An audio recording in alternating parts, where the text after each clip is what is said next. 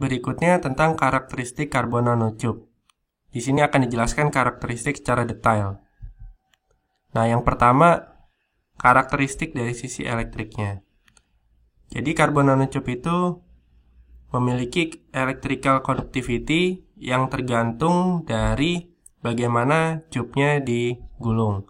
Jadi ada berbagai konfigurasi seperti armchair konfigurasi, di mana M-nya sama dengan N. Jadi M dan N ini itu merupakan bagaimana karbon nanotube itu digulung. Jadi nanti ketika M-nya sama dengan N, dia bisa membentuk metallic tube-nya. Nah, ada juga konfigurasi zigzag, di mana M-nya sama dengan 0. Nah, ini kalau M sama dengan 0, dia bisa bersifat metalik atau bisa bersifat sebagai semikonduktor. Nah, di sini contohnya M sama dengan N atau armchair. Di sini 8,8. Jadi bentuknya kurang lebih nanti seperti ini, ujungnya itu datar. Beda dengan yang zigzag, yang M sama dengan 0. Di sini kan M sama dengan N, N.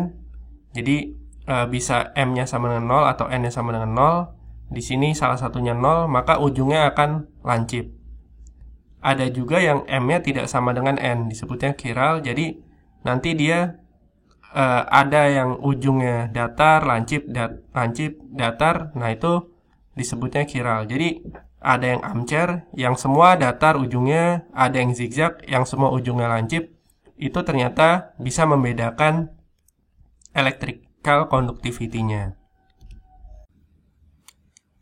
Selanjutnya dari karakteristik thermal conductivity. Jadi thermal conductivity di karbon nanotube ini 2 kali dari diamond atau berlian.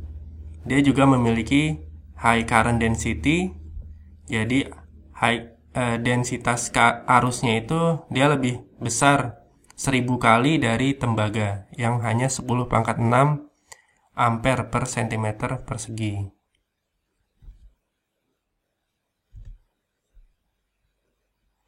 Selanjutnya karakteristik dari mekanikalnya. Jadi karbon nanotube ini disebut the strongest and most flexible material. Jadi dia selain kuat tapi juga fleksibel.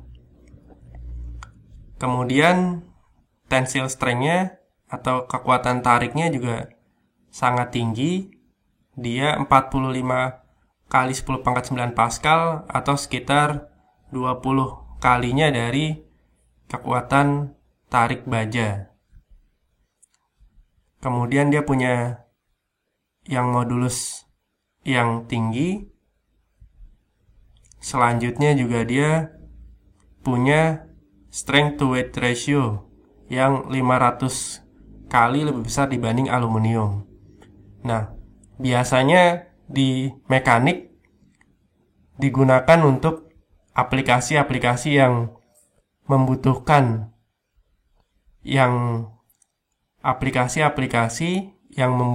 material yang kuat tapi ringan.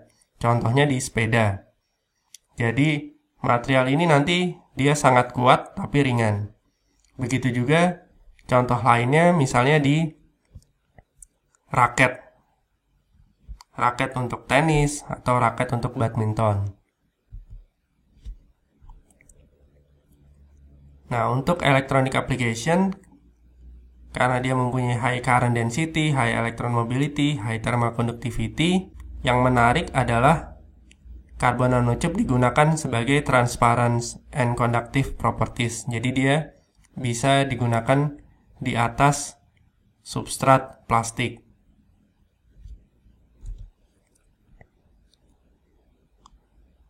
Nah, ini yang menarik lainnya yaitu di bidang bioteknologi. Jadi karena karbon nanotube itu memiliki karakteristik biologi yang cukup unik juga, dia memiliki strong absorption. Jadi karbon nanotube itu bisa menarik atau mengabsorb beberapa material. Terus dari sisi high surface area-nya nanti bisa digunakan untuk menaruh, misalnya di sini contoh untuk aplikasi drug delivery system. Jadi dengan ukuran carbon nanotube yang kecil, dia bisa ditempelkan berbagai macam atau banyak material. Kemudian juga dia high affinity binding, jadi dia bisa diikat dengan material tertentu. Contohnya di sini obat.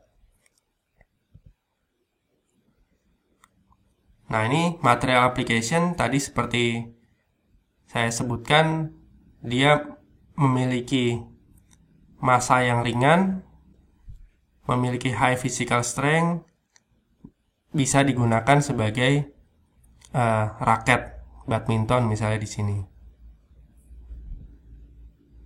Di energy application, carbon nanotube bisa digunakan sebagai elektroda. Jadi dia bisa sebagai katalis support maupun sebagai ion absorption-nya. Ini digunakan karena dia memiliki high surface area dan electrical conductivity yang tinggi, sehingga dimanfaatkan untuk elektroda di aplikasi di bidang energi.